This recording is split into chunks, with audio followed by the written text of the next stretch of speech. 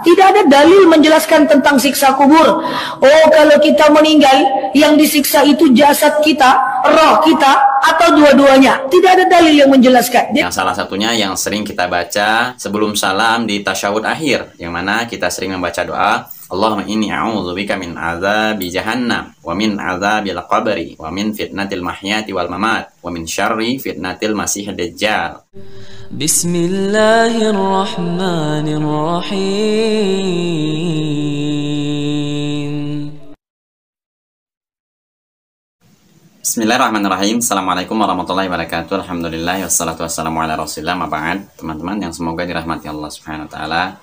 Kali ini teman-temannya kita akan mengangkat sebuah video pernyataan dari seorang ustazah, yang ustazah ini katanya tidak percaya dengan azab kubur, yang mana ustazah ini mengatakan di dalam hadis tentang azab kubur tersebut itu hadisnya hasan dan tidak bisa dijadikan hujah. Jadi ustazah ini teman-temannya itu menyebarkan subhatnya, mengakui tidak percaya dengan azab kubur tersebut.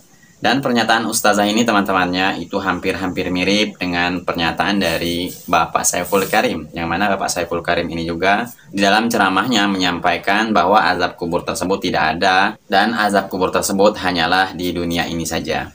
Tentang man robuka, siapa Tuhanmu? Bukan di kuburan tanah. Gak ada kerjaan tuh malaikat. Udah mati ditanya-tanya. Dan selama ini kita percaya sama itu. Padahal pertanyaan siapa Tuhanmu di sini. Di sini. Dan ternyata sahabat ya, tidak hanya Bapak Saiful Karim ini yang tidak percaya dengan azab kubur tersebut. Ternyata yang mengaku-ngaku ustazah ini mengatakan hadis tentang azab kubur tersebut hadisnya hasan dan tidak bisa dijadikan hujah. Dan ustazah ini juga menyampaikan subhatnya kepada jamaahnya bahwa azab kubur itu tidak ada dan hadisnya tidak bisa dijadikan hujah. Ini dia videonya. Tidak ada dalilnya. Ada dalilnya cuman status hadisnya cuman hasan. Ya, cuma menengah saja. Riwayat mengatakan sakitnya azab kubur itu bagaikan kita disiksa dan diangkat mayat kita untuk jalan tingginya mayat itu dihempaskan 40 tahun perjalanan kaki. Hadisnya hasan, tidak ada dalil menjelaskan tentang siksa kubur. Oh, kalau kita meninggal, yang disiksa itu jasad kita, roh kita, atau dua-duanya. Tidak ada dalil yang menjelaskan, jadi nggak bisa dibahas. Apakah nanti ketika Bapak meninggal, yang disiksa itu jasadnya Bapak, rohnya Bapak, atau kedua-duanya? Tidak ada yang bisa menjelaskan. Apakah langsung masuk surga setelah azab kubur? Tidak, Bapak Ibu. Kita harus dibangkitkan dulu di padang mahsyar. Ngapain kita di padang mahsyar? Ada dua aktivitas kita. Yang pertama, kita mencari Rasulullah SAW. Dan mencari Rasulullah di antara sekian banyak umat. Nanti umat Nabi Daud kan mencari Nabi Daud.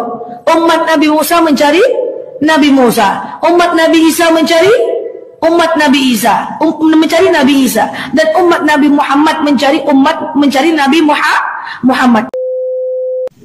Nah begitulah teman-temannya, jika kita minim ilmu dalam agama tapi kita sok-sokan bicara agama di khalayak umum, apalagi perempuan ini mengaku-ngaku ustazah dan bicara agama di depan jamaah namun dia sendiri belum memadai di dalam ilmu agama tersebut. Yang jelasnya dalil-dalil tentang azab kubur tersebut teman-temannya itu banyak sekali tertera di dalam Al-Quran dan juga di hadis-hadis Rasulullah SAW.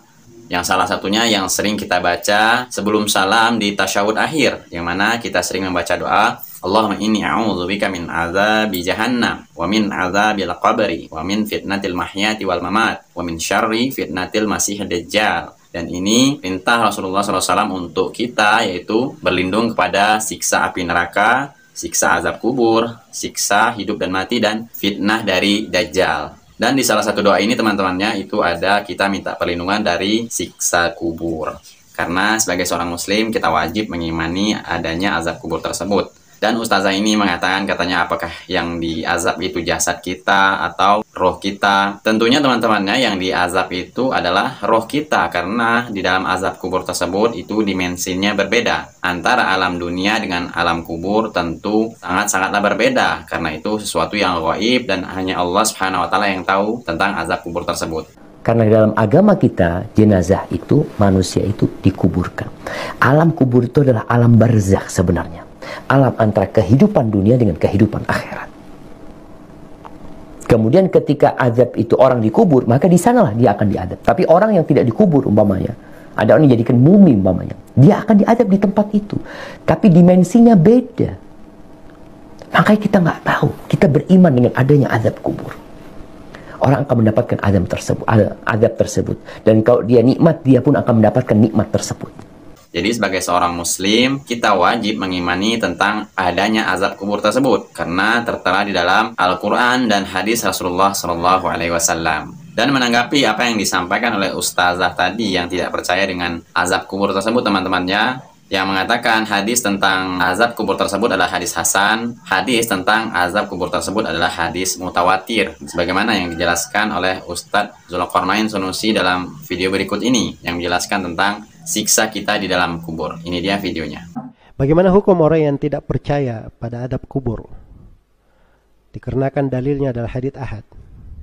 Ini namanya jahil murakkab. Jahil bersusun. Bersusunnya kuadrat pangkat 3. Ya.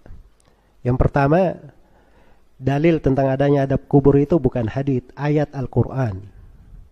Jelas ya? Ayat Al-Quran. Itu sudut kejahilan dia yang pertama.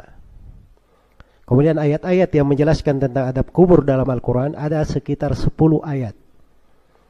Ada sekitar 10 ayat. Mungkin kita akan kaji nanti di pembahasan akidah wasithiyah. Yang kedua, hadits tentang adanya adab kubur itu bukan hadits ahad, dia adalah hadits mutawatir. Karena itu ditulis oleh para ulama risalah-risalah khusus tentang jalur-jalur periwayatan tentang adanya adab kubur. Dia bukan hadits ahad. Iya. Kemudian yang ketiga, ini adalah hal yang disepakati di kalangan para ulama, tidak ada silang pendapat. Dan umat ini tidak pernah bersepakat di atas kesesatan. Nah, begitulah teman-temannya, jika kita salah dalam mencari seorang ustadz atau ustazah menjelaskan tentang siksa kubur saja tidak becus dan tidak paham tentang dalil tentang azab kubur tersebut, bagaimana kita bisa mengambil ilmu dari ustadz atau ustazah yang demikian? Sedangkan tentang azab kubur saja ustazah tersebut tidak paham dan tidak mengerti dalil-dalil tentang azab kubur tersebut. Bahkan seperti dalil yang saya jelaskan tadi, bagaimana kita berdoa atau minta perlindungan kepada Allah Subhanahu wa taala yang sering kita baca teman-temannya di tasyahud akhir, yaitu Allahumma inni a'udzubika min azabi jahannam wa min azabil qabri wa min fitnatil mahya wal mamati wa min syarri fitnatil masih dajjal. Itu juga hadis dari Rasulullah SAW tentang kita meminta perlindungan dari azab kubur tersebut. Kalau azab kubur itu tidak ada, tidak mungkin Rasulullah SAW memberikan hadis tersebut untuk kita umatnya tentang perlindungan dari azab kubur tersebut. Semoga bermanfaat. Assalamualaikum